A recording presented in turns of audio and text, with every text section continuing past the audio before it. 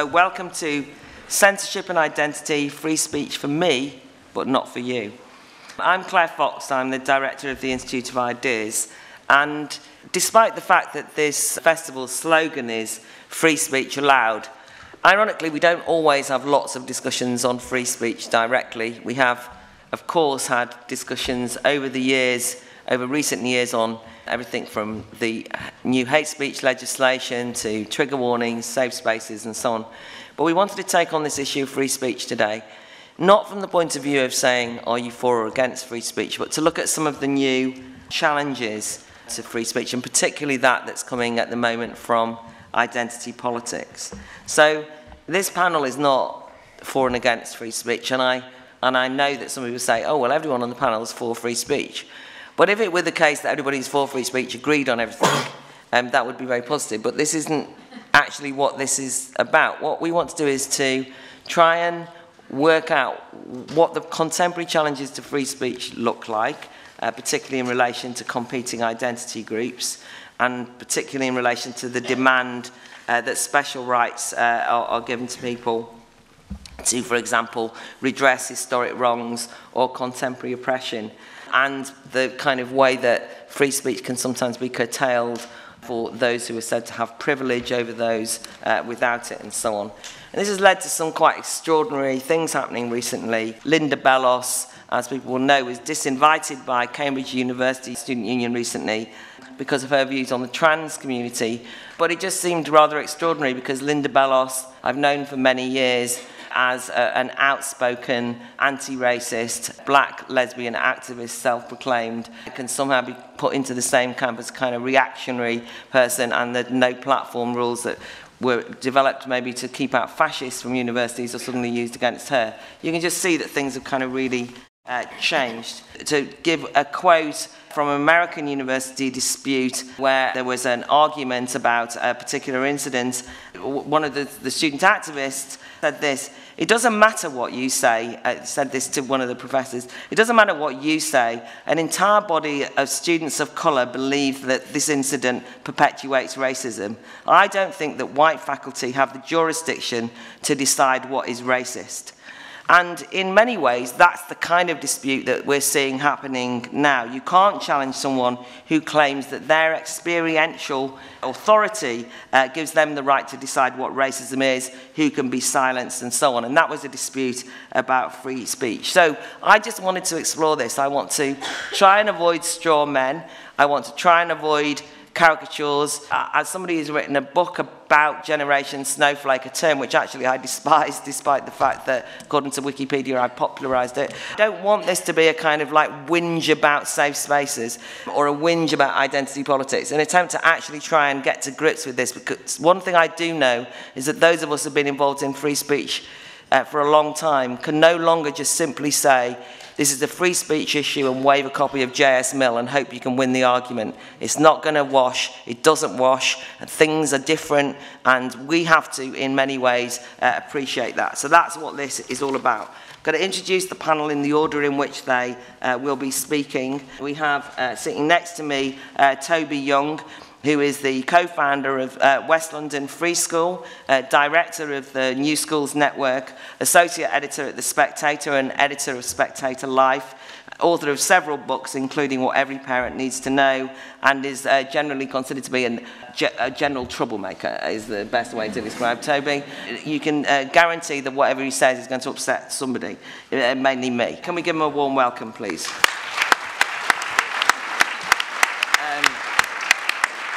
Got Jodie Ginsberg sitting next to me, who's the Chief Executive of Index on Censorship, which, apart from anything, and it does lots of different things, publishes the work of censored writers and artists around the world. Jodie's a former journalist herself, including at the Reuters London Bureau Chief. They've got a stall downstairs in the Ideas Market with a free speech wall, so you can kind of go and talk to them about their work. And the thing is that Jodie and I have talked often about how we can all just say we're on the side of free speech, but actually it's more complicated than that. So I was really delighted that she agreed to join the panel. Can we give her a warm welcome, please? We've got Trevor Phillips over there, who's the founding chair of the Equality and Human Rights Commission, writer and producer, who's made some incredibly important, I think, TV programmes over recent years, for which he's, people have said they shouldn't have been broadcast, but actually that's all the more reason why they should have been broadcast, and they were insightful at every time. He's a co-founder of the diversity analytics research company, Weber Phillips, and he's a director here at the Barbican, in fact, and vice president of the Royal Television Society. Great to have you here, Trevor. Give him a warm welcome.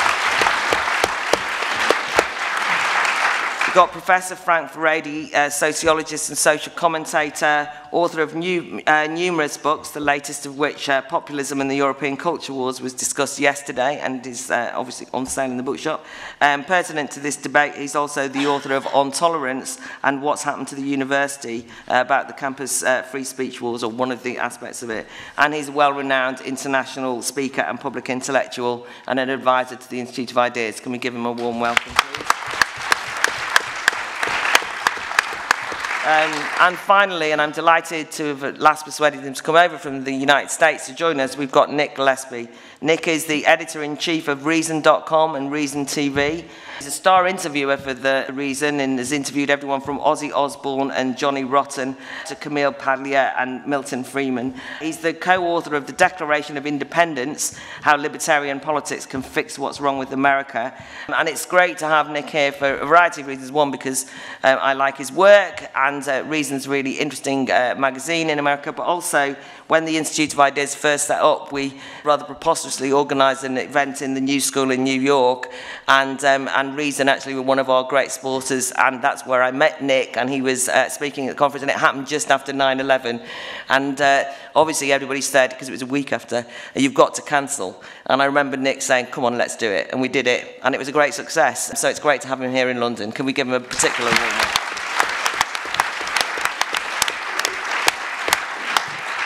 Right.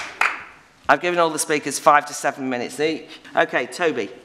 The only purpose for which power can be rightfully exercised over any member of a civilized community against his will is to prevent harm to others. So those, I'm sure, most of you will know, are the words of J.S. Mill in On Liberty, something I was prohibited from quoting by Claire in our introductory remarks, and have come to be known as the harm principle. Now, as I'm sure you'll be aware, one of the most common tactics used by the opponents of free speech is not to deny the harm principle, but to invoke it. Words are deeds, and as such are capable, or as capable, of causing harm as actions. I want to distinguish between two forms this argument takes. Until recently, the form it most commonly took was to claim that exposure to certain words or images, plays, films, books, would directly cause certain people to engage in harmful behaviour. More recently, though, this argument's taken a new twist, and it's the claim that certain forms of expression, particularly unorthodox centre-right opinions, such as those possessed by people like me, are capable of causing actual harm to some of the people exposed to them. So these opponents of free speech are not claiming that the view in question, or book, or film, or artwork will cause people to harm themselves or others, but that mere exposure to it is in itself a form of harm. Now, that usually takes the form of finding the view in question offensive, and causing offence is presented as a species of harm. But it takes other forms too, the claim that such and such a view, a book by a dead white European male in an English literature curriculum that hasn't yet benefited from decolonisation, for instance, is triggering or disempowering or is damaging to students' mental health, or just straightforwardly makes people feel physically sick. A recent example of this was the offer by the University of California, Berkeley, of free counselling to any students who were, of free counselling to any students who were adversely affected by the words of Ben Shapiro, a right-of-centre commentator who'd been invited to speak on campus. That is, they offered free counselling. They didn't ban him from speaking, but they did offer free counselling to any students that happened to be triggered even by his presence on campus. So no need for American college students to engage in cultural appropriation when they go to Halloween parties next week. If they want to really scare people, they just need to dress up as Ben Shapiro, the most scariest person that can appear on an American campus. Now, as far as I'm aware, no American university has offered free counselling for students triggered by being exposed to left-wing viewpoints, which is just as well, since according to a study carried out by the Econ Journal Watch in 2016, which looked at the voter registration of faculty members of 40 leading US universities, Democrats outnumber Republicans on US university faculties by an average of 11.5 to 1. In psychology faculties, it's 17.4 to 1. And in history, the ratio is 33.5 to 1. If left-wing views were as harmful to students' mental health as right-wing views, the councillors of American universities would have their hands pretty full. Much has been written about why this hypothesis, why certain forms of expression cause actual harm to those exposed to them, is wrong-headed, a perversion of the harm principle as articulated by Mill. Any view, however anodyne, is bound to cause offence to someone somewhere. People's fixed ideas should be challenged, however discomforting they find that experience, particularly in universities, etc., etc. And I don't want to dwell on those arguments here. I'm sure, I hope the other speakers will. But I do want to make one point, which is that this distortion of the harm principle requires its adherents to make completely implausible claims about the fragility of the groups they're seeking to protect from exposure to unorthodox views or opinions, whether women, Muslims, people of colour, the differently abled, etc. Take women. So left-wing feminists, in an effort to silence anyone who perpetuates gender stereotypes, often appeal to the very gender stereotypes they're purporting to challenge. So it's a gender stereotype to claim women are more emotional than men, but apparently challenging feminist orthodoxy is dangerous because it might make women feel violently sick. And if you think that's an exaggeration, that was exactly the argument used by Professor Nancy Hopkins at MIT to silence Larry Summers, then the president of Harvard, who found himself embroiled in a scandal when he opined about why there were fewer tenured female professors in STEM subjects than male professors. Professor Hopkins said she couldn't listen to any more of Larry Summers' views because those views were making her physically ill. So some feminists have found themselves being silenced now, often by opponents, using the very same arguments. So Germaine Greer, Linda Bellos, whom Claire mentioned, Julie Bindel have all been no-platformed, but for purportedly being transphobic, often on the grounds that their words, if they are allowed to speak at university campuses, might make trans students feel threatened and in some cases physically sick. One more example before I stop, which is university students, a group the modern-day censors are particularly keen to protect from harmful speech. Very delicate creatures, apparently. A recent survey by The Tab, an online student publication involving 11,000 students across the UK, found that drug taking amongst this exceedingly delicate demographic was quite pervasive, with the University of West England topping the table, where 3/4 of students at UWE say they take MDMA at least once a month. The national average for students saying they take MDMA at least once a month is 64%, slightly lower than it is for ketamine, which is 33%. So the number of students saying they take cocaine at least once a month is 49%. Gives a new meaning to the word snowflakes.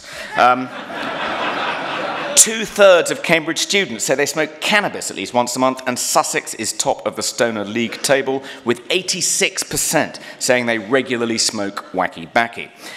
Needless to say, those universities with the highest percentage of students regularly using drugs, UWE, Manchester, Leeds, Sheffield, Sussex, these are at the top of the drug-taking league table, which presumably the Tab publishes so students can choose to go to those universities where the most drugs are taken. They're all red-flagged in Spiked Online's free speech university rankings. At UWE, for instance, and remember, UWE students actually top the league table for drug use across the board, transphobic speech is totally prohibited, needlessly provocative speech is restricted, and the UWE Student Union bans sexist, racist and homophobic views as part of its safer spaces policy and limits speech which may cause offence, quote unquote. So it's okay for 45% of UWE students to regularly take ketamine, a drug developed for the sedation of patients in intensive care, but not to be exposed to the views of, say, Katie Hopkins. Now, I'm sorry, but if university students are robust enough to withstand this almighty blizzard of illegal drugs, then they're strong enough to cope with having their views challenged from time to time. And if the PC thought police are worried about their deteriorating mental health, perhaps they should focus their efforts on reducing their drug intake rather than banning centre-right speakers from campus. Thank you.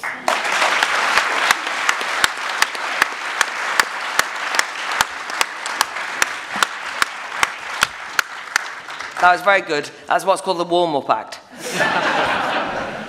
Jodie. I want to talk about why free speech is important. And for me, one of the main elements of why I think free speech is so important is it enables us to talk about injustice. So it's worth talking about the injustice of this afternoon, where I had an entire 5 minutes prepared on talking about the elision between harm and offence, which Toby Young has just taken, despite an agreement in advance that on the various subjects that we would talk about. So I'm just going to read you what Toby said he would talk about. I want to say something about why free speech has never enjoyed much support within the postmodernist tradition, and explore the paradox of why moral and epistemological relativists are so intolerant of dissent, brackets, because it's a new religion, obviously. I wrote that I would talk about the elision between offence and harm and how they were used interchangeably, the idea of speech as a kind of violence. I can only presume that Toby misread my part as the bit that he was supposed to read. I thought yours was better, Jodie, sorry. So, instead I'm going to talk about why it's problematic that we allied this idea of offence and harm. And that's if we leave the individual to adjudicate what is harm, then free speech is in considerable danger. The individual, in effect, becomes the sole arbiter of what is and what is not acceptable speech from other people, and in that way we all become mini censors. And if you want some examples of how this works and how this becomes utterly ridiculous and divorced from the kinds of things that people are trying to do in order to protect other people, think about this example. In 2016, the Asian American Student Association at Brandeis University tried to raise awareness of what is known as microaggressions. It's a horrible term, and we might come on to it. Microaggressions against Asians in the university, with an installation on the steps of an academic hall. And it gave examples of microaggressions like, aren't you supposed to be good at math? And I'm colourblind, I don't see race.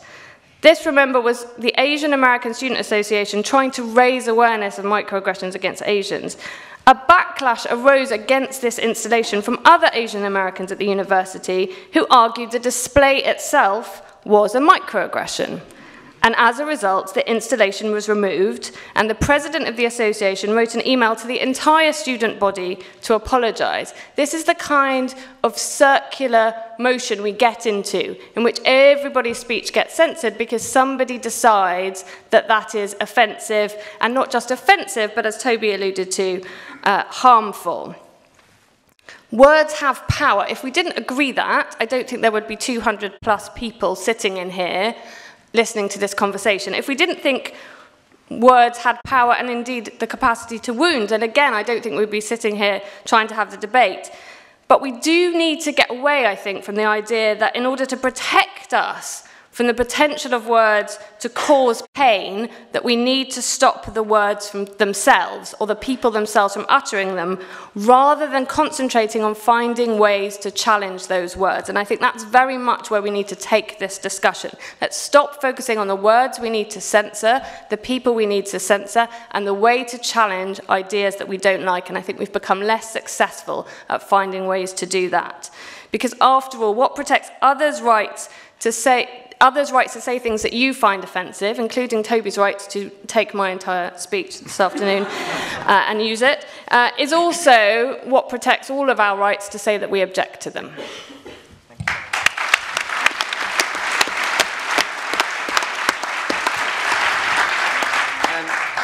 Okay, that's great, Jodie. I'm actually going to come back to you on quite a number of those things because I want to. That's exactly the kind of territory that I want to kind of look at. So, Trevor, your initial thoughts, please.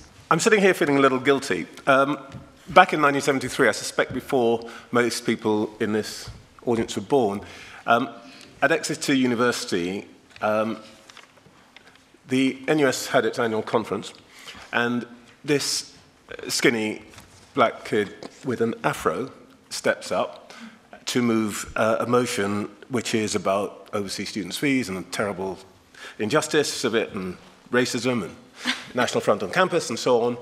And what had happened the evening before is that in the usual horse trading over resolutions, they had inserted a clause which said that there should be no platform for racists.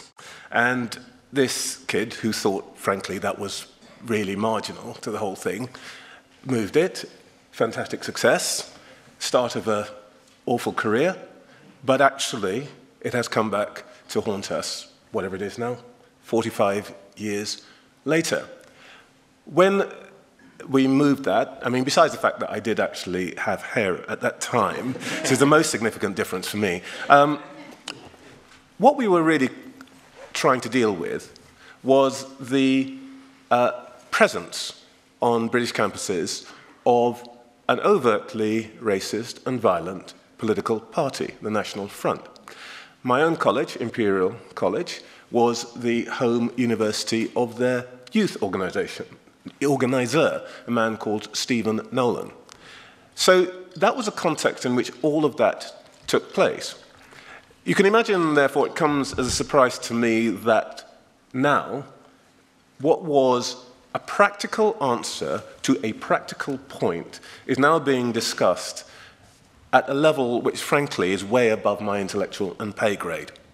Our job was to protect some students who faced what I would regard as real harm, not to worry about their offence.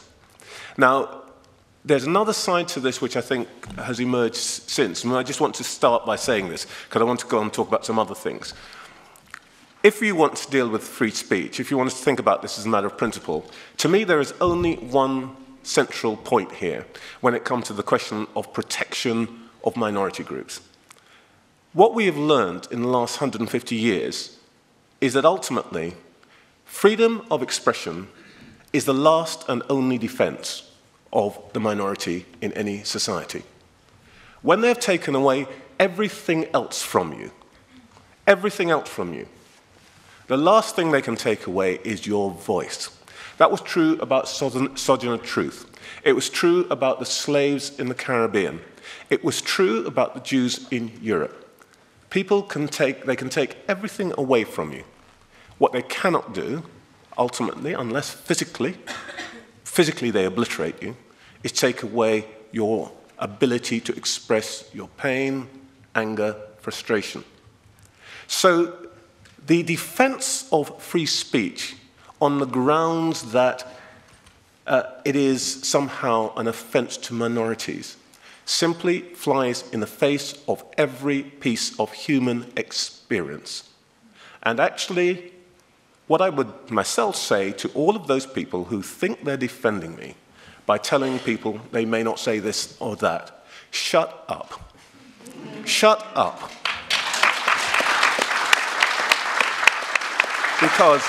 Because in the end, what happens is, I am the one who is denied. I am the one who's going to be denied. So let me get my view about that clear. But I also want to put this debate in perspective. Claire said a bit about what I do now. Actually, I do quite a lot of other things which are completely unconnected to politics, thank Christ. And here are some of the things I want the higher education sector to be worrying about. I am president of the John Lewis Partnership. I lead a big retailer. What I worry about when I wake up is the vicious competitive market providing decent quality food and the massive impact of technology on 84,000 partners, the million jobs that are going to disappear because of technology over the next 10 years. I chair a big adult education charity, the WEA, and I think about the 2 million hours of adult education we provide, and I know the biggest group of our students who are new immigrants learning English generally aren't getting their knickers in a twist about what Jermaine Greer or Michael Gove said. They don't give a shit. As chair of a big think tank in the United States, I worry about the racial divide in American society that produced Trump. He did not cause it. He is a symptom of it.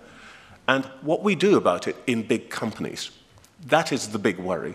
And as myself, I'm thinking now about the incredible reach of tech giants, Amazon, Google, Apple, Facebook, and Twitter. So identity questions matter more than they did, but they don't matter that much against these kinds of challenges.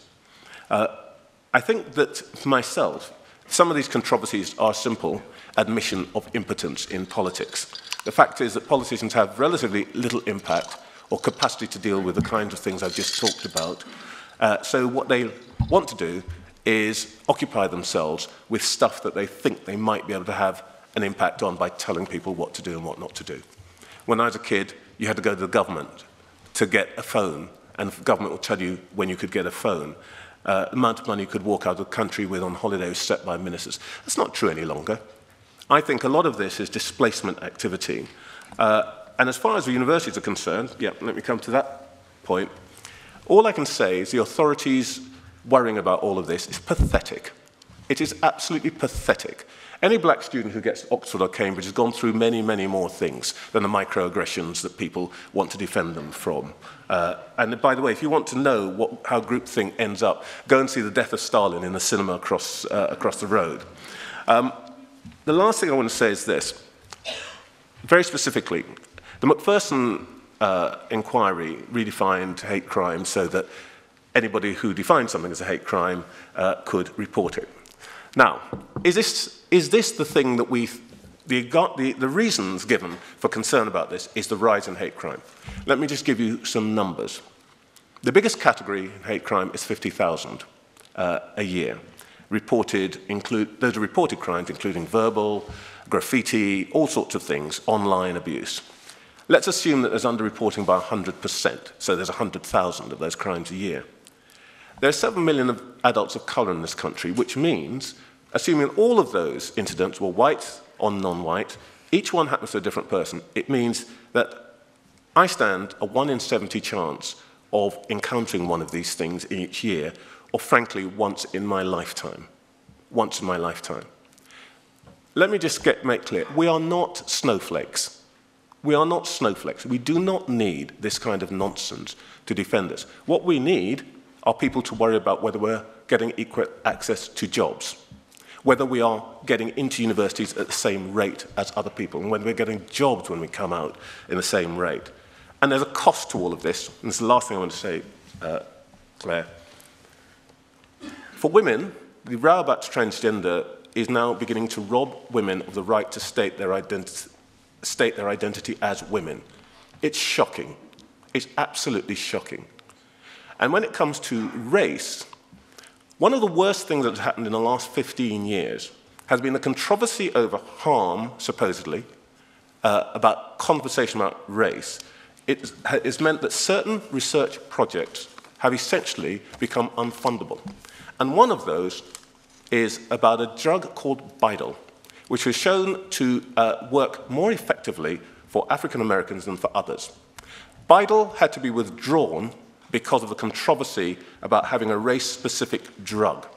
So these controversies, which everybody entertains themselves with, are not cost-free.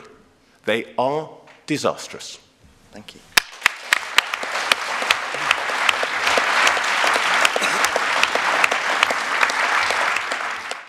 That was really excellent, Trevor. That sense of the history is very important, but also that sense of the wider perspective about priorities, I think, is hugely valuable as well to this discussion. Okay, Frank, your thoughts, please. Yeah, just to go down memory lane a little bit, about 2 years after the NUS passed No Platform, I wrote a little pamphlet called Under a National Flag, which was a critique of the idea of no platform. I remember being phenomenally unpopular when I wrote it, and ever since then I've been a fighter of lost causes. That's kind of my claim to fame. And in many ways, when I wrote this little pamphlet, I never imagined how what began as a very specific form of censorship would gradually mutate into something that is almost boundless in the way that it kind of works itself out. And one of the things I've been struggling with, in fact, I decided to write a book on this next year when I have a bit of time. Anybody wants to finance it, see me afterwards, is how do we explain a phenomenon that's quite unprecedented in modern history, which is when you have a kind of censorship, but without any project attached to it. In other words, censorship is usually a state policy. You have political movements that want to censor certain ideas. You have religious movements who want to censor heresy. You have movements that want to censor subversion. But what we have here is a kind of a form of censorship that isn't self-consciously censoring, but is nevertheless far more insidious in many ways, precisely because it is unacknowledged and it is silent and presents itself very often as the promoter of free speech, as a promoter of giving voice to people to say things that in the absence of censorship they could never express. I mean, how do we explain that? And I actually do go back to the 1970s and even before that, because if you look at the way that history has evolved, you will find that censorship, but particularly identity politics-driven censorship, has undergone some very important changes. And I think it's really wrong. You know, I was in Australia recently, in America recently. A lot of people said, oh, it's the left that's promoting this. Oh, it's the cultural Marxists that are promoting it. I always tell them, if you go on a campus anywhere in Britain, you will find that cultural Marxists are conspicuous by their absence. I mean, I haven't seen one for a very, very long time. And there really isn't that kind of left-wing sort of dynamic behind it. There's something else that's going on. And it seems to me that what has happened is that three important sort of phenomena have kicked in that alters the meaning of identity politics and alters the meaning of the kind of censoring impulse that we have. And the first one began in the United States in the early 1970s. And it was an interesting book that was written at the time, which was already noticed, but which became increasingly more influential. And that was a book about victims. And the argument was that you had to believe the victim, that you couldn't possibly deny what a victim had said, because if you're doing that, then what you're doing is you're committing secondary victimization. And the minute you don't acknowledge or validate what you hear, then, and you don't believe, then ipso facto, by definition, you're violating that person's very persona. You're kind of annihilating their kind of identity. And if you look at the whole history since the 1970s, the argument of having to believe, no choice but to believe, has reappears time and time again. Do you remember the arguments in the 80s about believing the children? That children never lie. I don't know what world you live in, because in my world, children lie, sort of serially and all the time. But all of a sudden, children never lie. And anybody that questions the narrative of a child was seen as being either a denial of pedophilia or alternatively, in some shape or form, complicit in the kind of oppression that was occurring. So basically what I want to suggest is the first important development that has occurred that was really unnoticed with the believe the victim argument is that there can only be one version of events. Right? There's only be one version of events. There cannot be a counter-narrative. We cannot have a debate about this. There is only one version of events. It might not be in all situations, but in a growing number of instances, more and more people are claiming that their version of events monopolizes the sphere within which we are acting. And that's a very important and very interesting development that's been assimilated by society unthinkingly and very rarely contested. Very few people have actually been there to contest that particular argument. The second important development that occurs in relation to this is that identity politics, as it emerged, gradually came to the conclusion that identity groups must have a patent, must monopolize the voice. In other words, there are certain things that can only be said by certain kinds of people. There are certain claims that can only be made by people who've experienced it. In other words, there was an argument that there is even a feminist epistemology, that a woman's way of knowing is very different than mine or Nick's, or an African person's way of knowing, an African epistemology. The insights that you get is very different than a European one. And there's a large number of variations of this. And basically, what that means is that there are a lot of issues on which a woman's opinion counts either for more than anybody else's, or it's the only opinion that counts. And a disabled person's opinion on those issues is the only one that's valid because they have a patent. Their experience gives them a patent on that particular sphere of experience. And in that way, what you have is a kind of situation where language, but also experience, becomes increasingly segregated. And you have a parallel universe being created ipso facto by this particular process. The third important development, that's a more recent one, is that the very criticism of identity is not constituted as a cultural crime. In other words, if I question your identity, or if I question your claim to a particular identity, or if we argue about the issues that you raised, then what I'm criticizing is not what you're saying, not your view of the position of women in society, not your view of race or microaggression. What I'm criticizing is you. In other words, there is no longer a distinction between the person and the argument. And therefore, if I argue with you, I'm not arguing with you about ideas. This is what those students are saying on campuses. I'm actually calling your existence into question. It represents the annihilation of who you are. And that's what people are saying when they're saying that, how dare you say that? How dare you attack me? And I actually think that the points that Toby was raising misses one little point, which is that a lot of these people actually feel this very, very profoundly. I think that's the irony. People do not make up the fact that they feel annihilated. They take it very, very personally and actually think that they're being traumatized. And they are probably traumatized because that's what happens when you think along those lines. So it seems to me that under these circumstances, what we have is a situation where the very development, the cultural developments that have kicked in the last 20 or 30 years have created a situation where what is important is not the speech, not the lack of free speech, but the cultural underpinnings of that, which even people who believe in free speech are very rarely questioning. They're assimilated many of the arguments that underpin this illiberal moment that exists within our society. And therefore, what we have to really deal with are these underlying cultural trends, which in general are very rarely brought to the surface and very rarely criticized. Thank you. Okay, thanks.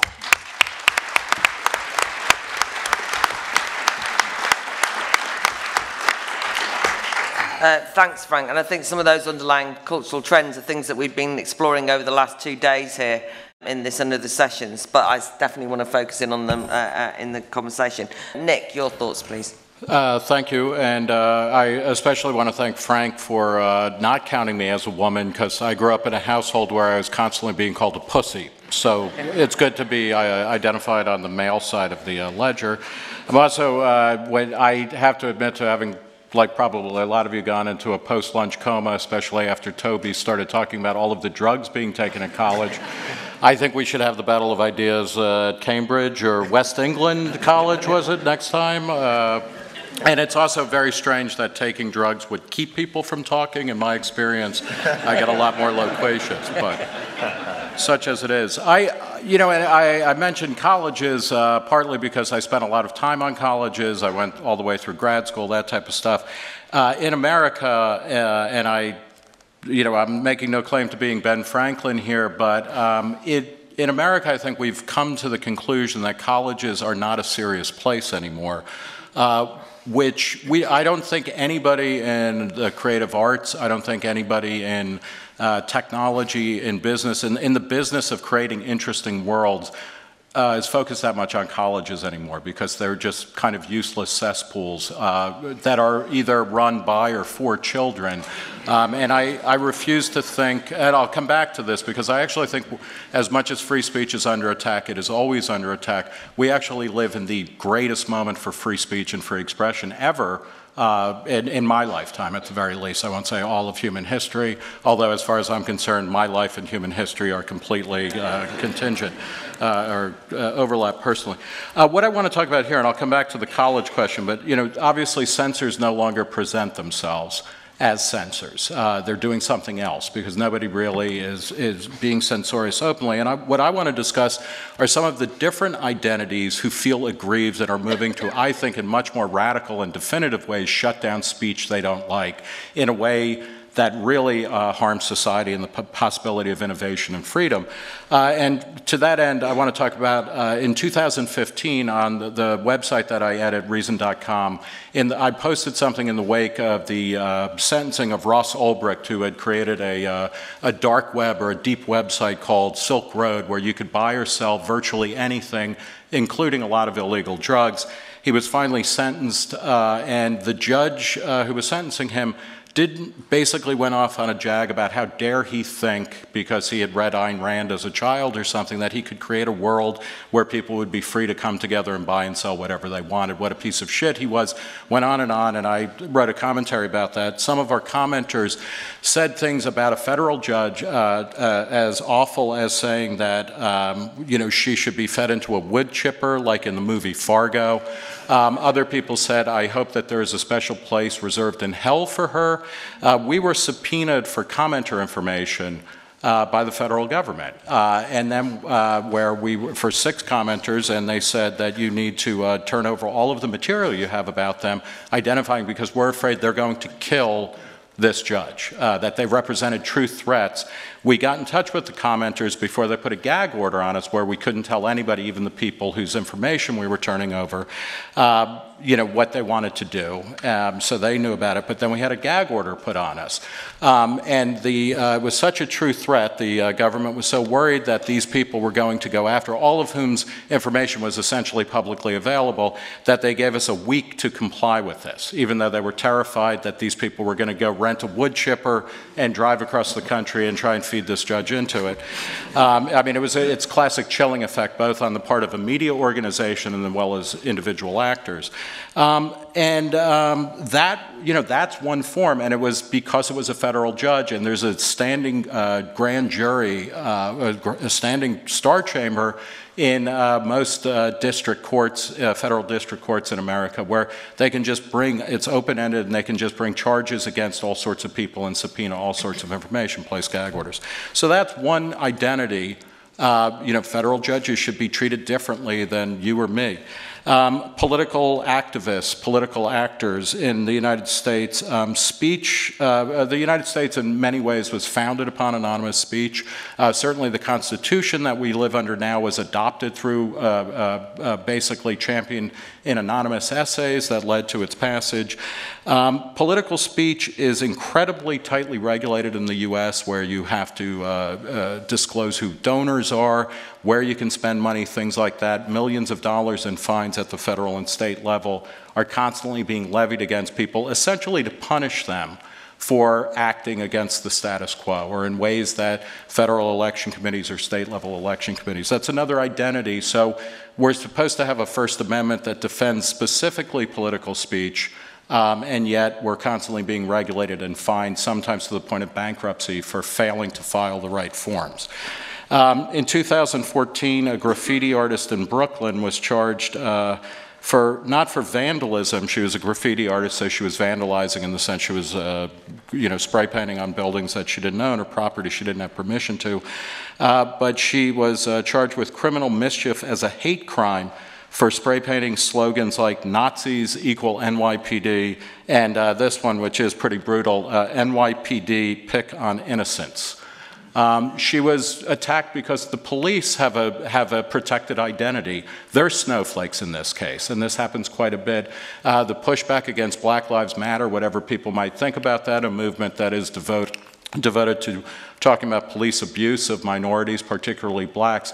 There are groups called Blue Lives Matter, as well as very powerful police unions that push back on all sorts of stuff and have intensifiers in the sentencing process or in the charging process if you kill a cop rather than, you know, a regular person. And then the last example I'll give, because these are identities that we don't normally think about as feeling aggrieved or under threat.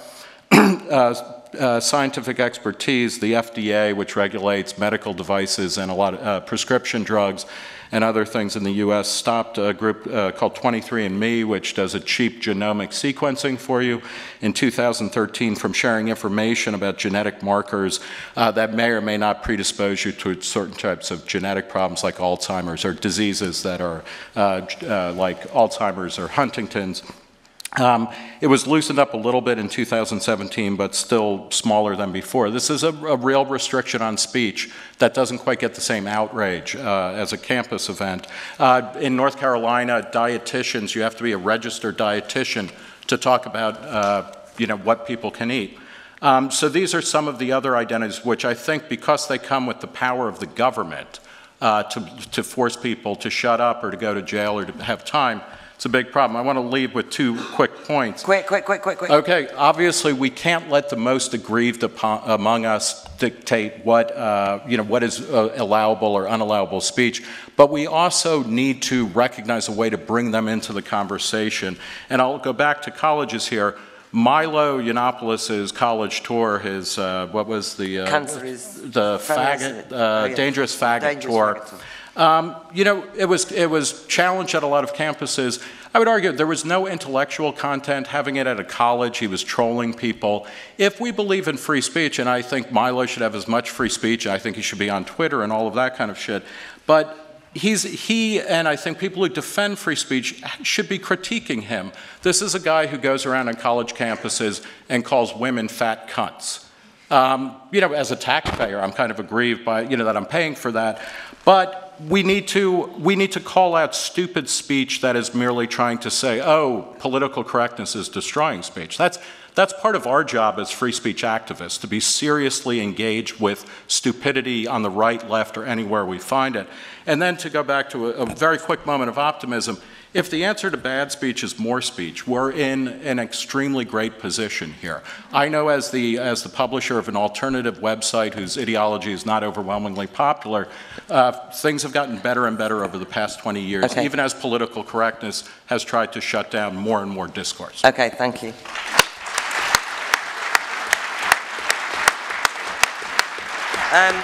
Okay, thanks, Nick. Certainly on this sort of different identities, that's something to explore, to say to the audience. I think that one of the things is that with the kind of protected identity, right to speak, and the right to silence others, then there's more and more people queuing up to say, I am part of a protected identity.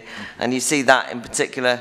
And obviously we've sort of noted, well, it's been noted that there's a kind of, like the white working class now kind of are used in that way, and that's sometimes the way some of the Milo troll followers kind of present themselves as the victims as well, and so on and so forth. So it's kind of a dangerous spiraling game as well.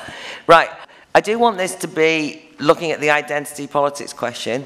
I do know that, the truth of the matter is that most people in society, a lot of people would be horrified at the idea that there should just be free speech, no ifs, no buts, and there's lots of sympathy with identity politics as well. It's a major trend. So, feel free to argue back and or to kind of raise problems or issues as you want, rather than just kind of anecdotes of, daft, censorious things that are happening on campus, because we'll be here all day and we won't get anywhere. Yeah, let's start here. Yes. I agree with what a lot of the panelists have said in relation to free speech, and returning to the identity issue. Don't for a moment think that the repression of free speech on the ground of identity and the assertion that people of a particular identity, insofar as that's meaningful, can't make a particular point is merely misguided. It is a deliberately dishonest and repressive means of suppressing the expression of opposing views. It is a means of repressing dissent. And the thing that it's a means of repressing dissent of is the forwarding of extremist sectarian politics that are intended to forward the interest of a limited subset of the population against the interest of the population as a whole. And how do we know this? It's because, first of all, it's almost never to be invoked precisely in response to arguments against those kinds of extremist politics. And secondly, because it is one of a canon of well-known forms of dishonest debate. I have a blog which says, it has a post. Quick. 10 dishonest debating techniques and how to spot them. This is one of them. There are 9 others.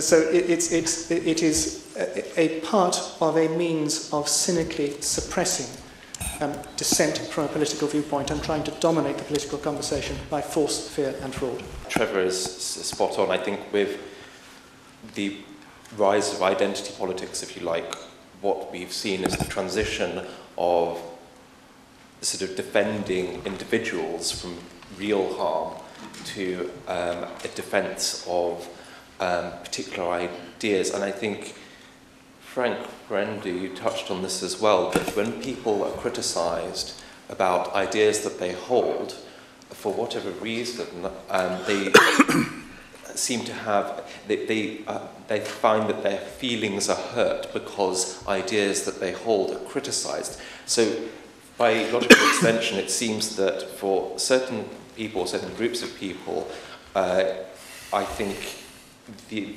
ideas are almost an emotional extension of themselves. So, for example, if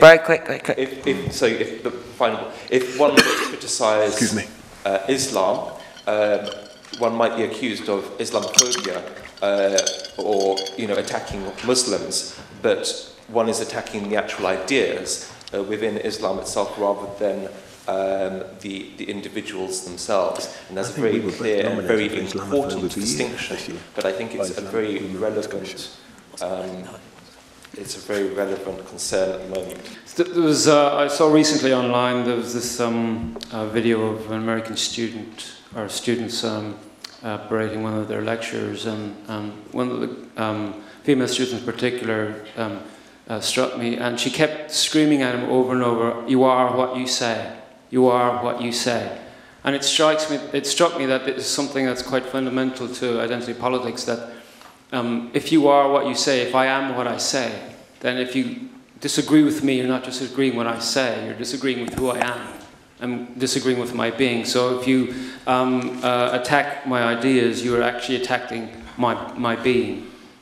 Okay. Just like that, do you agree that you are what you say? I just want to ask a quick question about informal censorship. Because when you protest the state interfering in what you can say, that's an easier free speech protest because it's easier to identify your target. Whereas when you protest the fact that people are calling for safe spaces, or you're protesting the fact that people want to make certain words highly stigmatized, that's harder. Because it seems like what you're protesting is their speech creating an etiquette, which stigmatizes you for saying something they don't want to hear. But if you then say, I'm outraged at you for asking for the safe space, shut up because your etiquette demands are harming me, then they can turn around and say, but you're just trying to stigmatize me, you're informally censoring me. So how do we handle this problem of informal censorship, which is conceptually more difficult to pin down than state censorship of language or symbolic expressions of something unacceptable? Hi, I wanted to draw attention to a phenomenon which the panel haven't mentioned, but which I think is really important, and this is desinformatia by Russian troll farms. David Grimes wrote an excellent piece in The Guardian a couple of months ago about how Russian desinformatia was responsible for a myth about AIDS, suggesting that it was a leaked virus from a US lab, and this caused real harm, particularly in South Africa, because people then didn't accept the conventional medical advice about AIDS, refused treatment, and so on. So it caused real harm, and it eventually came back to bite the Russians when they got their own AIDS problem, and they fessed up to this disinformation campaign. But we know that Russian trolls have infiltrated the Black Lives Matters protests to some degree. They've been running some of the accounts, and they've actually been funding some of the campaigns. So we really do need to think very carefully about who are the international mischief makers who are stirring up some of this stuff, and who may be not completely, but partly behind it. I want to invite you guys to answer this question as controversially as you possibly can and would like, for our sake. My question is very simple, which is just, do you think that women and minorities deserve a special microphone? Like a disproportionate voice or like any preference? Because to do so is to sort of admit that there's a fundamental difference, but to deny it is to say maybe there isn't. Just curious if you would explore that. That's a very good question, because that's certainly an argument that's been used, like the shut up, you're a white man. You say, well, you've had privilege for a long time. This is our chance now to speak out, and we want you to listen. And therefore, there should be disproportionate time given to people because of the oppression, both historically and contemporaneously. That's one of the ways that this happens, and it's accepted by lots of people as a positive gain. So, but anyone want to pick up anything? Identity politics, deliberately dishonest. I think there's a kind of huge conspiracy theory around that. I think there are people deliberately using some of these movements to shut others up, but I think some people genuinely believe that by trying to censor certain kinds of speech, they're protecting communities. Trevor alluded to it, and I think that's almost more worrying than the deliberately dishonest element. I think the informal censorship question is a really interesting one, because obviously we encourage people people as free speech activists, I think, to protest, to speak up about the ideas and the views that they think are problematic. But the problem comes when you're actively trying to prevent those people from speaking at all, rather than speaking out about why you think those views are problematic. And I think that's what we need to focus on, is not can you protest against them, but should you be shutting them down altogether? This question about disinformation and real harm, I think, is something important and we don't discuss enough. But ultimately, I think we're often trying to find the wrong solution to this problem, which is let's censor that information and therefore it won't cause harm. Well, in fact, all that does is push it underground. It's much better that we're vocal when we're talking about the reasons why the alternative explanations, the factual, true explanations, are the right ones, rather than creating an environment in which conspiracy theories can flourish. And finally, special microphone. Well, here I am. I'm going to now spend the next 20 minutes owning this microphone as a woman to create my special microphone. No, I don't think there should be special microphones, but I do think we don't discuss enough creative and interesting ways to raise different voices. The question isn't, let's ban Jermaine Greer from speaking. The question, much more importantly, is who are we inviting to speak? Are we inviting the right people? Are we even the right panel to be discussing this bloody topic? You know, let's have a discussion about whether we're getting the right kinds of people, inviting different voices, finding ways to celebrate them. Do we have financial models that allow that? Instead of having a long, drawn-out discussion about who gets banned and who doesn't get banned, let's be much more critical about who's getting to speak in the first place. Okay, thank you.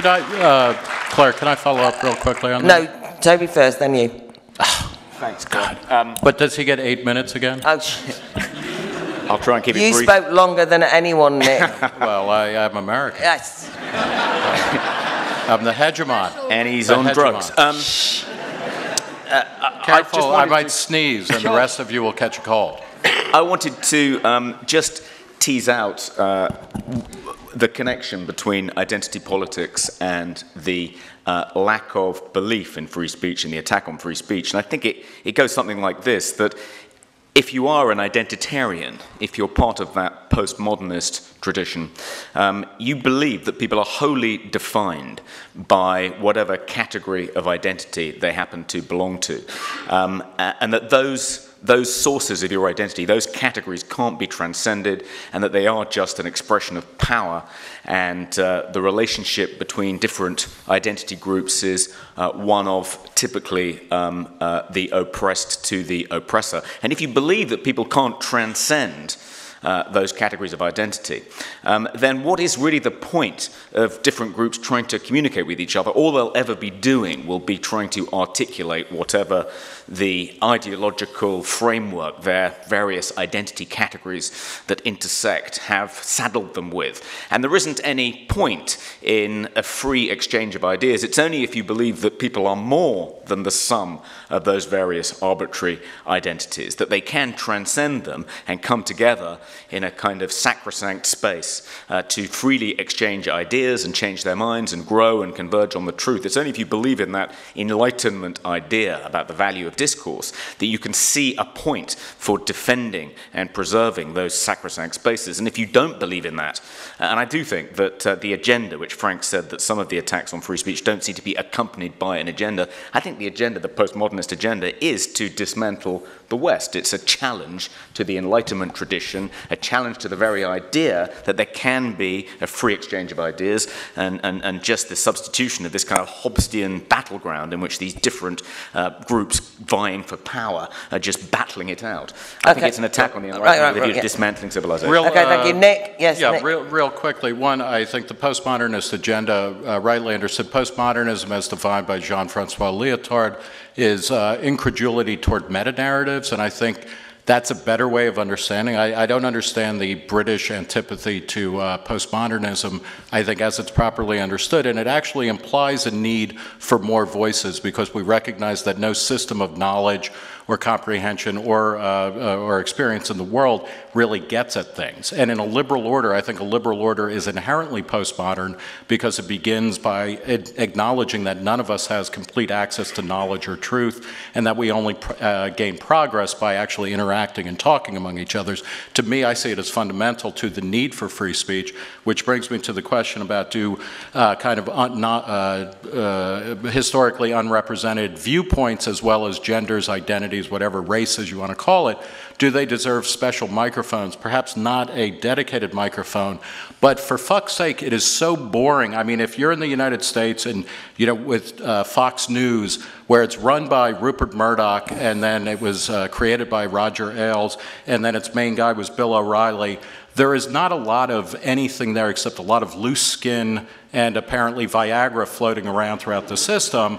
I know just as a news consumer and as a sentient human being, I want different viewpoints represented. And oftentimes, women do have different experiences than blacks, than whites, whites who are poor rather than rich, etc. So I don't, but the question then is, where is this we? And I think that's incumbent upon us. And if we want to talk about not just saying, oh, well, you know what, we're right and anybody who's against us is wrong, we need to build the spaces and the arenas where we model the conversation and the free speech that we think should be happening. I actually think that is happening because of technology, because of places like Google and Facebook, which are trying to control the conversations, but are failing to, and mostly what we're left with are more arenas for actual free speech and diversity of viewpoint and opinion. And that's what we need to be focusing on, not a bunch of petulant little brats. Okay, Frank, are you just over-focusing on a petulant group of little brats? Well, I mean, little brats are the story of my life, so I'm not going to break free from that. But I do think there is a problem with some of the comments that we made, because the way that I look at it is that you cannot create pluralism artificially. You cannot create a world where everybody's got equal access to a phone. I too would often want to hear different kind of voices, and in particular, more of my voice in terms of the public discussion. I feel very frustrated that you get this predictable comment on today's program on Newsnight, and you already know what's going to happen. That's very, very frustrating. But the lesson of history is that when people want to express themselves, when they want to give voice to their particular oppression or particular way of life, then they'll find a way of doing it. They'll struggle, and they will make sure that their voice is heard. And that's what happened throughout history.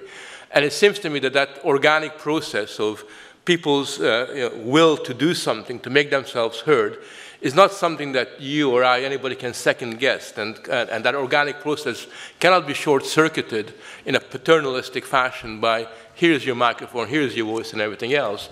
That simply, I think, is a wrong way of going about it. I think what is important is to create a climate of public discussion and public debate where people feel that it's their responsibility as citizens to be heard, where people actually want to say something, regardless of the circumstances that they're faced. And I think the one point that Nick said is really, really true, is that we now have the technology and we now have the institutional possibilities of having a much more heterogeneous public space than ever before. And that's one of the positive developments that has occurred.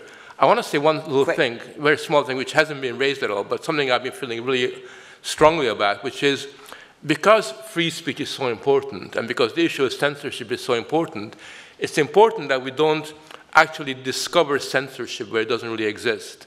And we don't discover attacks on free speech where it doesn't exist. And I've noticed there's a lot of American videos that I've been seeing where basically what you have is a meeting at a university, and you have 3 people with a placard chanting white privilege, and the meeting is canceled. And, oh, we've been censored. Whereas if I'd been there, I would just stay there and told them to F.O. So I'm going to be here. I have my right to speak. And actually, heckling is not a form of censorship. Making noises at a meeting is part and parcel of the democratic process. And I do think there's a danger that so-called free speech warriors are actually real pussies when it comes to these kinds of issues, instead of standing up and making sure that they're heard. Jodie's just got a quick point. I just wanted to pick up on this thing about Facebook and Google and great optimism that we can hear more voices than we ever have before. I agree that the internet has provided a great, potentially democratizing, thank you, space. However, I do think we are often not having conversations. We're just making statements on these platforms. And I think one of the things that we do need to think about more carefully in a lot of these discussions isn't simply, have I got the right to speak? Yes, that's the most important and fundamental, have I got the freedom to speak? But also, how can I listen? How are we having conversation and discussion? Because we're talking about exchange of ideas, not simply the freedom to shout in a corner at whatever you like, but also the freedom to listen and to potentially change your mind. And we need to find better structures, I think, in order to do that. Okay, thanks. Trevor. I just endorse what Jodie's just said. You know, let's think about how we can inject a little bit of generosity into some of these conversations, rather than, I mean, I respect my fellow panelists, but I don't really think it's really helpful to start describing people as brats. I mean, that's not how they think of themselves. And if we want to have a dialogue with them, that doesn't seem to me like a place to start. Just in relation to the questions that have been raised, on the South African thing, to be frank, I don't think we need to invent, or we don't need to look to Russian intervention to explain what happened in South Africa. The South African government was doing fine in messing up the attempt to deal with AIDS all by itself. I don't think we need to worry about anything else. Let's deal with what Zuma did before we think about the other stuff. And on the more general point, it's a specific question you asked about the microphones. Look, there's a danger of making this conversation massively abstract. And the thing that I think is a real risk here is having a conversation which is actually about nothing. I mean, it's really about nothing except that what somebody's shouting about. What is more practical, and I will give you a very simple example. I'm on the board of a company where we meet each month, and I come home and I explain to my wife what we've done today, and after several months, she mentioned to me, who's sitting around the table? And I said, well, there's me, no. And she said, yeah, there's you, there's Nation Guy, there's 2 white guys, and there's somebody, an Italian guy, 2 English white guys, an Italian guy. Anything missing? And I won't say it hadn't occurred to me, but it's not occurred to me, frankly, that it would affect the quality of our discussion. I then mentioned this to our CEO, who basically said, this is an interesting thing, he said, we're not going to have another board meeting until there's a woman at the table. We didn't. We now do have at least 1 woman at the table, and I hope there'll be more. The point I'm making here is that I hear all this conversation, but I need to tell you that the private sector is way ahead of you on the practicalities of all of this. While universities are getting themselves all wrapped up in meta debates about things that do not matter, the real world is solving these problems. And it would be good if there was some empiricism injected into this conversation. Okay, thank you. Somebody's got the microphone, yeah? Why do you think there has been a rise of identity politics, and why is it so popular among the younger generation? Is it because we've been taught it in schools, or what is it? I just wanted to ask a question about, I guess, the role of the courts in all this. So, for example, I don't know if you're following the case of Felix Ngole, which he's a master's student at the University of Sheffield, and the High Court has just ruled that opinions he basically put on Facebook means that the University of Sheffield barred him from his course because of opinions he published on Facebook, and the High Court supported this ruling, I guess, in support of the idea that he was besmirching the name of Sheffield in what he'd said on Facebook, which was a private realm, effectively. So I was wondering, firstly, what's the role of the courts? And secondly, what's the role of the employer versus the employee? Because a lot of you have a lot of space to say what you want, but I guess if there's a fear that you're going to get sacked from your job, etc., where's the place of representing the employer? Just a quick question, whether identity is the right word for all of this, really, identity politics. Because you might see an identity as you see yourself as a gay man or a black person. You might go on a pride demo to celebrate this gayness or whatever. You might maybe compete for Arts Council funding, so there might be competition amongst identities. But most of the examples that are being given, most of the things that are coming from the platform, are some kind of victim identity, which doesn't seem to, although it presents itself as a black identity or whatever, it's kind of a see my wound, hear me cry, a declaration of being attacked. And because of that, it seems to me like it's never ending. There isn't any way that can end. you look for statues, you look for through history, but then you go to the microaggressions, and there is no satisfaction. It's not a campaign to win something, because the whole thing itself is premised on being a victim, and that is the identity. I've been so free with my speech, I've got no voice left. But I just wanted to say, why is it more important to have a woman on a CEO board than to have people who just have different opinions? And what does a woman bring that men don't? But the question I was going to ask was, has speech become more offensive? As somebody who voted Brexit, I've been called the C word quite a few times recently. And it seems to me that people are more offended by ideas, but are quite happy to be more offensive in the way that they speak to you. I'm just quite bored of this construction of what campuses are like. I think you construct and represent students to suit your argument, and you inflate and exaggerate it and don't really reflect reality. I don't think you're willing to engage with students that might support safe-space policies. Instead, you call them pussies, you tell them to fuck off, you call them brats. And I think what happens is that your definition of what's going on and the conversations I actually see in campus are really, really different things. I think what you think of as a space safe is really different to what people I know on LGBT committees think of safe space. I think you think that universities are just all massive echo chambers, when actually students generally aren't that in support of safe space, generally aren't that in support of no platforming, and we have really, really long discussions amongst ourselves about what do we want speech on campus to look like, what do we want to do. And yeah, I just kind of like, how much do you actually engage with what students want? And I accept that they're probably not, a lot of them aren't that happy to maybe engage with you. And I think there just needs to be more engagement on both sides to get a more accurate expression of what's really going on. Because I spent a lot of time engaging with this, I agreed with Nick entirely that, you know, the kind of Milo Yiannopoulos, you know, kind of troll fest, or that kind of caricature of safe spaces and then kind of trying to wind it up, has done nobody any favours. But it's also true that safe space advocates, for example, write a lot and have policies which I read and then write against. And then I'm told that because I don't agree with them, that therefore I'm unsympathetic. I just don't agree with them. There's a difference, you know. Saying you're caricaturing students because you don't agree with them, that's not fair either, right? If you have a policy, you need to be able to make it available, people read it, and then argue back. When I've done that, I've been told that then I'm being offensive and that I've got no sensitivity to young people's particular problems. And I think that's not the way to deal with it. So I think both sides need to have an argument about some of these things. That's what I'd say. Caricatures on all sides, I get. But I don't think it's just one-sided, this panel versus. I'm not a white apologist because I don't believe in the decolonisation of the curriculum. That's broadly it. I'm not a racist because I don't agree with no platform policies. And being called it doesn't help either. So but I think what you've said got a big clap. That means lots of people agree with you. So there's lots of people who want to come in and pile in. Let's have a go. Right. Honestly, I was a bit alarmed seeing that both the panel and the audience seem to be speaking in a single voice till now.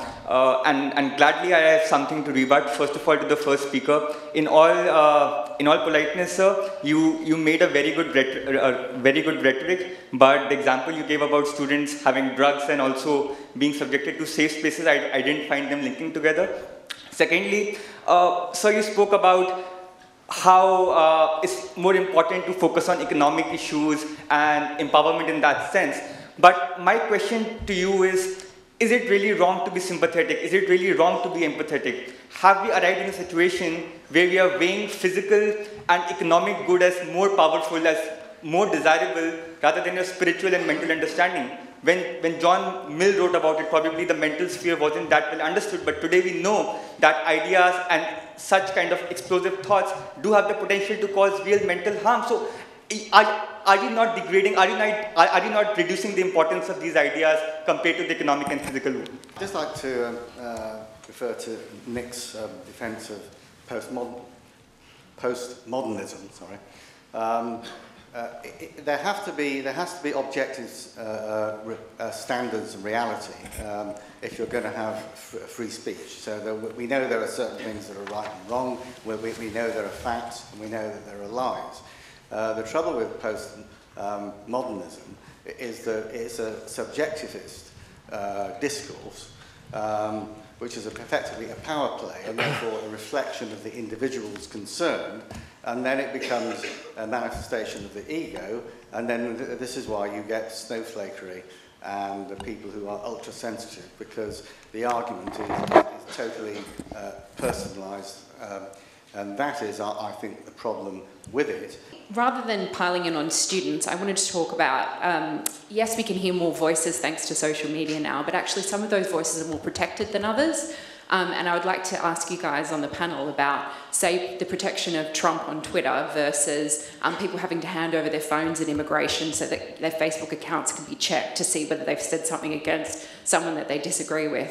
So I just think that that's a more important thing to be talking about rather than piling on students who have you know, it's within themselves to be developing their identities when they're at universities. So, yeah, I'd like to hear your opinion on that. I was really interested in what Frank said about the cultural changes. I've worked in primary education throughout that period, and we're now doing something in schools where we are supposed to be teaching children to be resilient, which I think is a bit of a backlash to the whole pupil voice and the snowflake thing. But I was at a debate yesterday about loneliness, and we talked about, can you teach children to be resilient, or should you just be teaching them how to be a human being? And I think that actually goes to the core of what we're talking about here.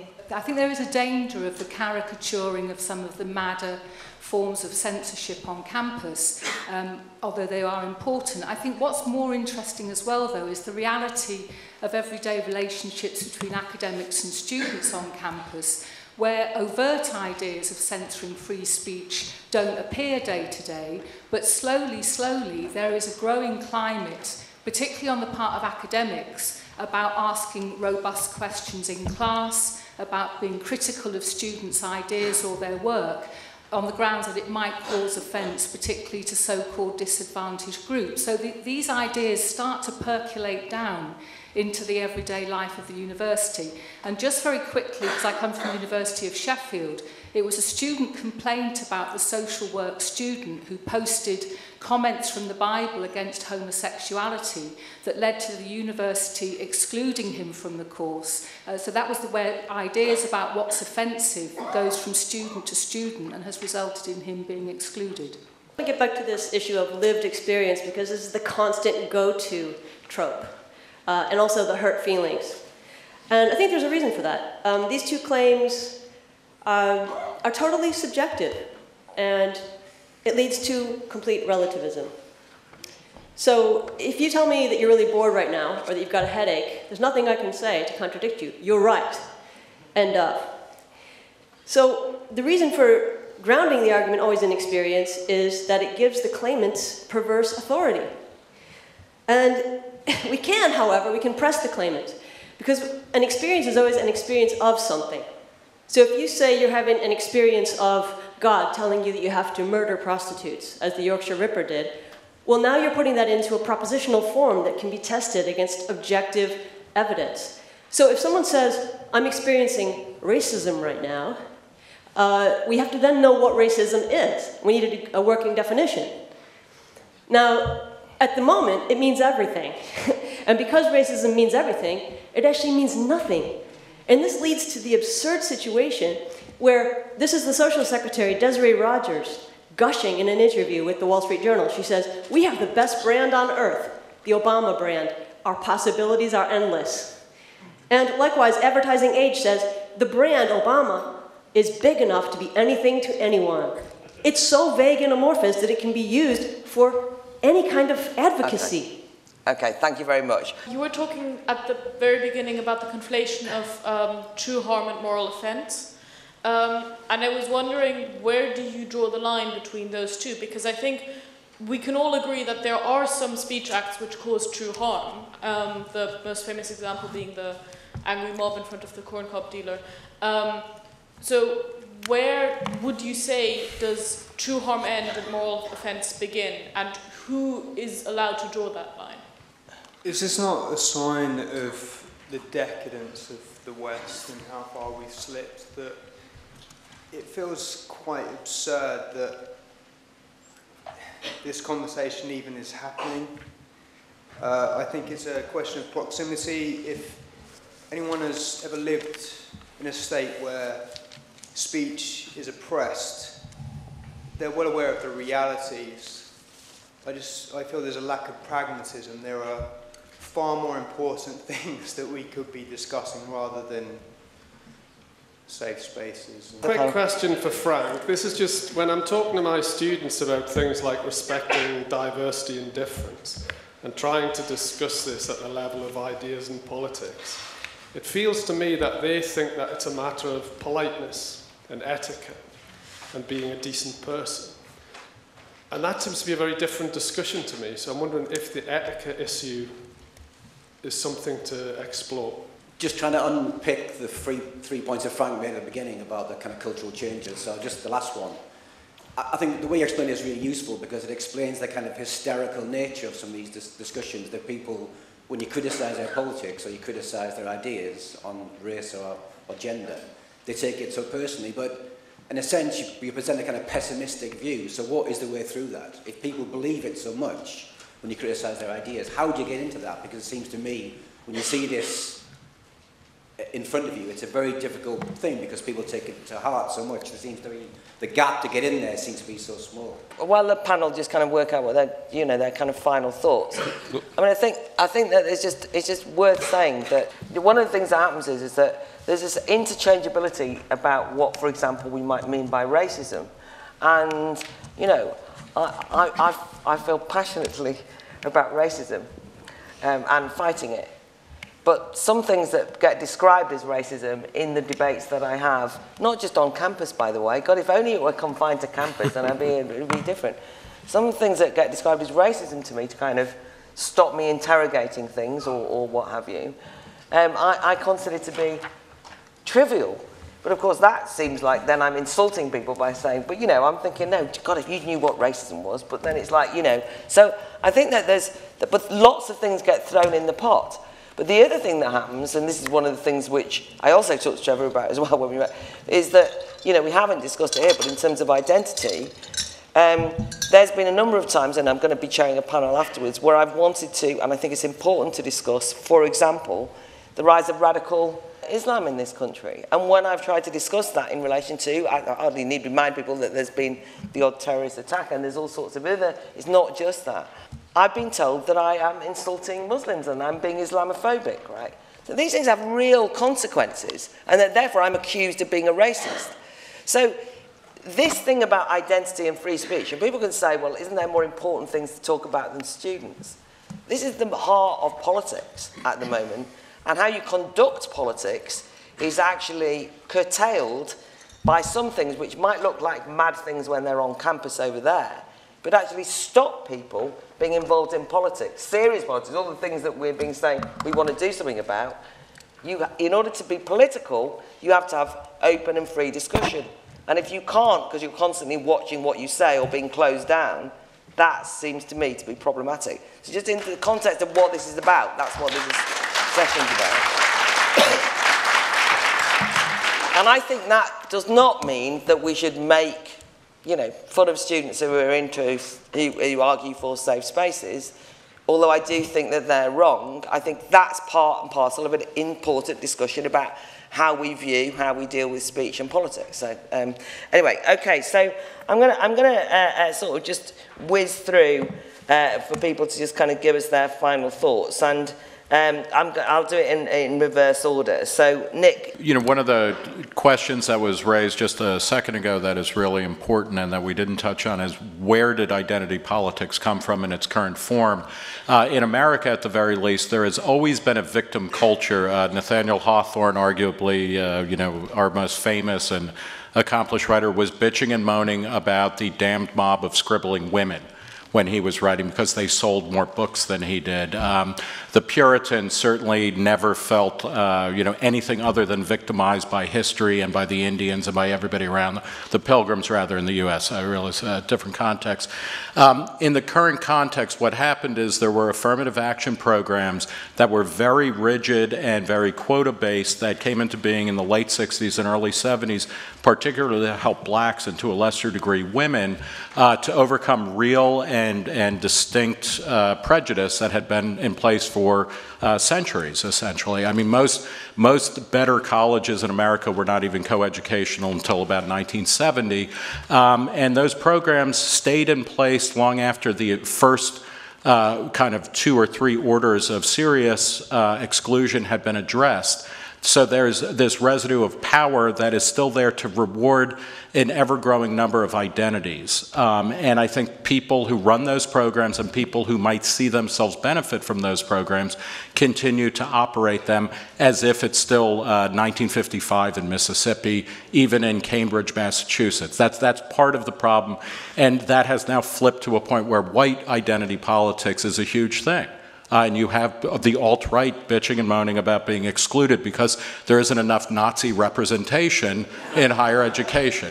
So that's part of it. And then all I want to say is I think that all of the panelists in a different way have, what we need is a culture of debate and discussion and conversation, not merely an ability to, speak in a park where everybody's on their own soapbox and spouting their own version of insanity.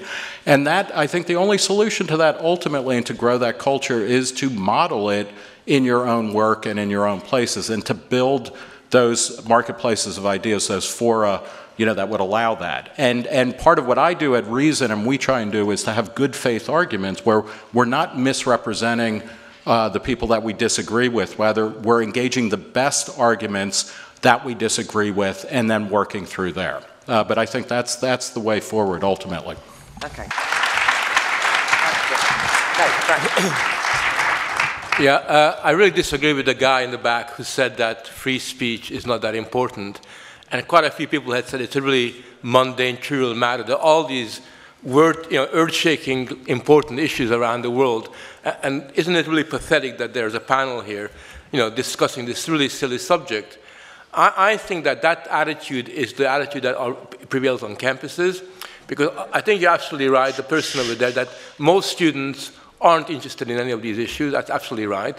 But the problem is that when attacks on free speech are waged, most students look the other way. They look at their shoelaces and they say, oh, there's just a small minority of people that are making these points. It's not me, it's not our lives, and we're not like them. And I think one of the tragedies is that people are just kind of looking in a different directions. And the way that I look at it is that we live in a world where you begin by saying that free speech is not that important on a Monday. By Tuesday, what you say, well, actually, ideas are not that important either. I mean, who cares? What's the big deal about ideas? How important that is. By the time you get to Wednesday or Thursday, intellectual exploration and experimentation are also seen as an optional extra, because there's all these really important things going on in the world, which are so much more important than people being able to voice their opinions and their expression. And what this Philistine attitude actually means is that the foundation of all of our freedoms in every domain of social experience, which is that of free speech, is kind of quietly negotiated away, so casually that we don't even notice. It's not that important.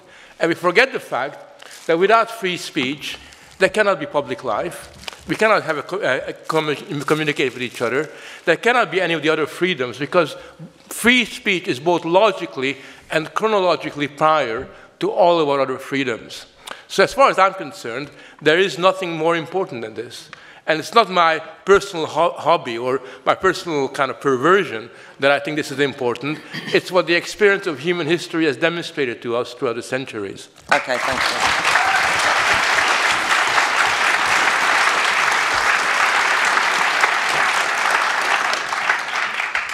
I'm definitely not going to top that.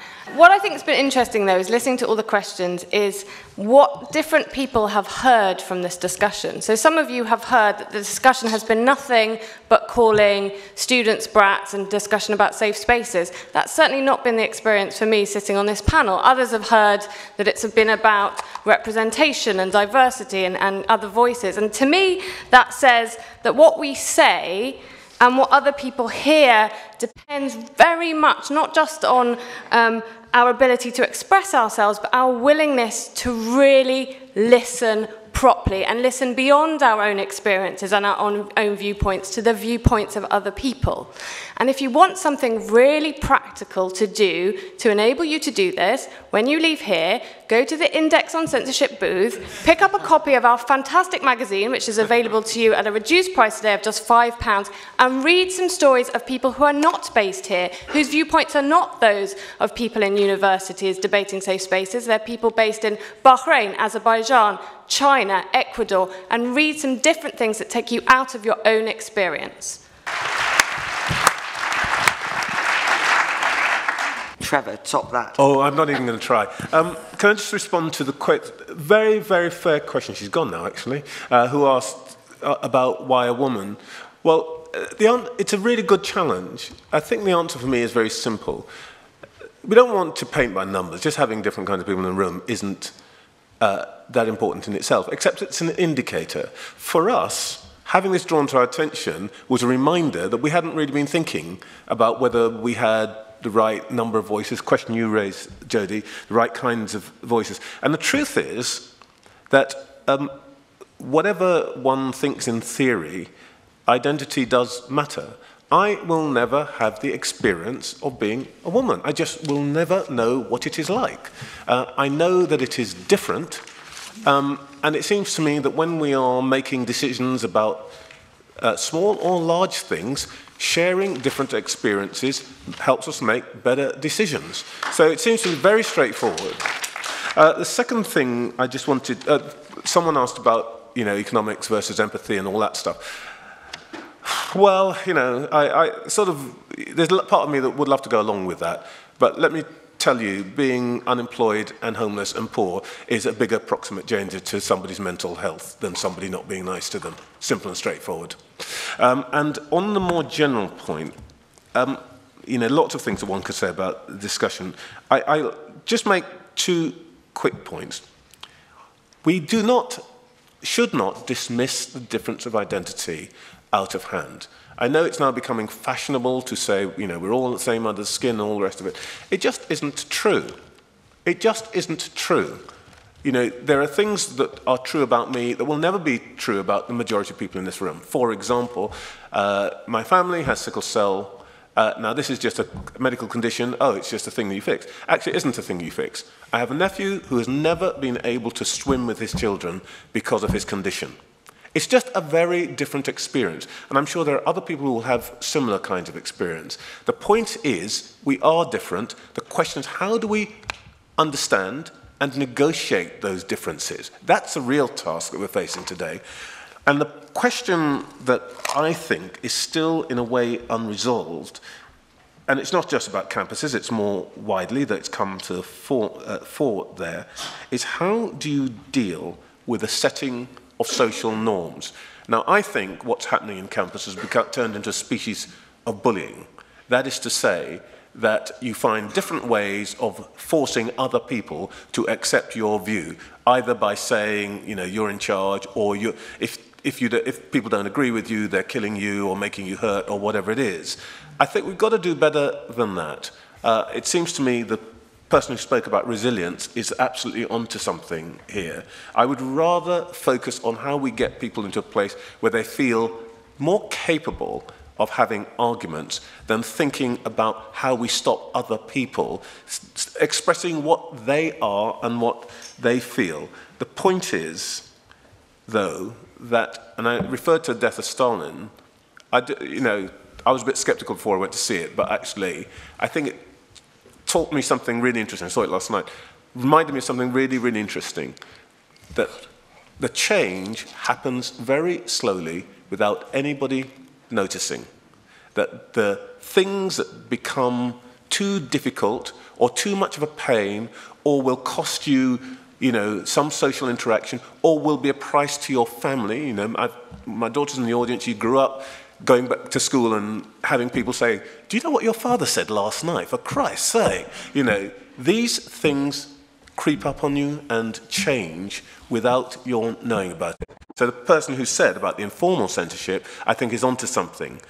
The more we bring these things out and more we ventilate them, the more we're able to change them. So it's not just a thing about finally. stopping or not stopping people, but we have to start thinking more creatively about how we negotiate and understand difference. And we don't do that, by the way, by telling everybody who doesn't agree with us that they're a moral deficient.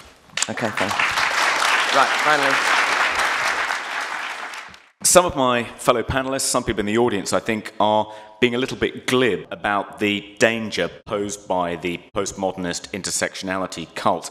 I don't think it's just, I think you're guilty of seeing it through the lens of your liberal Enlightenment values, Nick. It's not just different groups wanting their voice to be heard in a pluralistic, capitalist world. Those groups, in many cases, want to overthrow that pluralist, capitalist world. They're not interested in dialogue, they're interested in conflict. When one of the protesters against Brett Weinstein on the Evergreen campus, an evolutionary biologist who refused to participate in a day of absence whereby all the non-white faculty members were supposed to remove themselves from the university for one day. When he refused to participate, he became subject to a lot of very aggressive protests, and when he tried to engage the protesters in dialogue, they responded by saying that they weren't interested in reason, logic, dialectic. Those were the tools of white male privilege. And I think it's a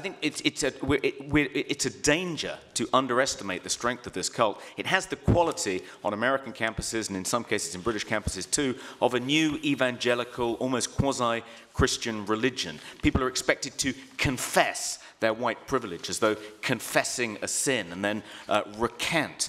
The expression woke is a dead giveaway. You know, I was blind, but thank the Lord, hallelujah, now I can see. It's the privileging of lived experience, which a lot of people have talked about, over reason and logic, is a characteristic of this anti-modern, anti-Enlightenment cult. And it isn't just confined to campuses, it is finding its way into our hate laws, for instance. It's finding its way into universities like Sheffield and the persecution of people who challenge that particular cult. It's finding its way, one woman mentioned, into the prevalence of fake news, whether generated from the left or the right or by Russian troll farms. And I think it is genuinely dangerous. We shouldn't be glib about it. And if we want to defend free speech and the Enlightenment values underpinning free speech, we need to engage directly with the postmodernist cult and challenge it. Thank you very much indeed.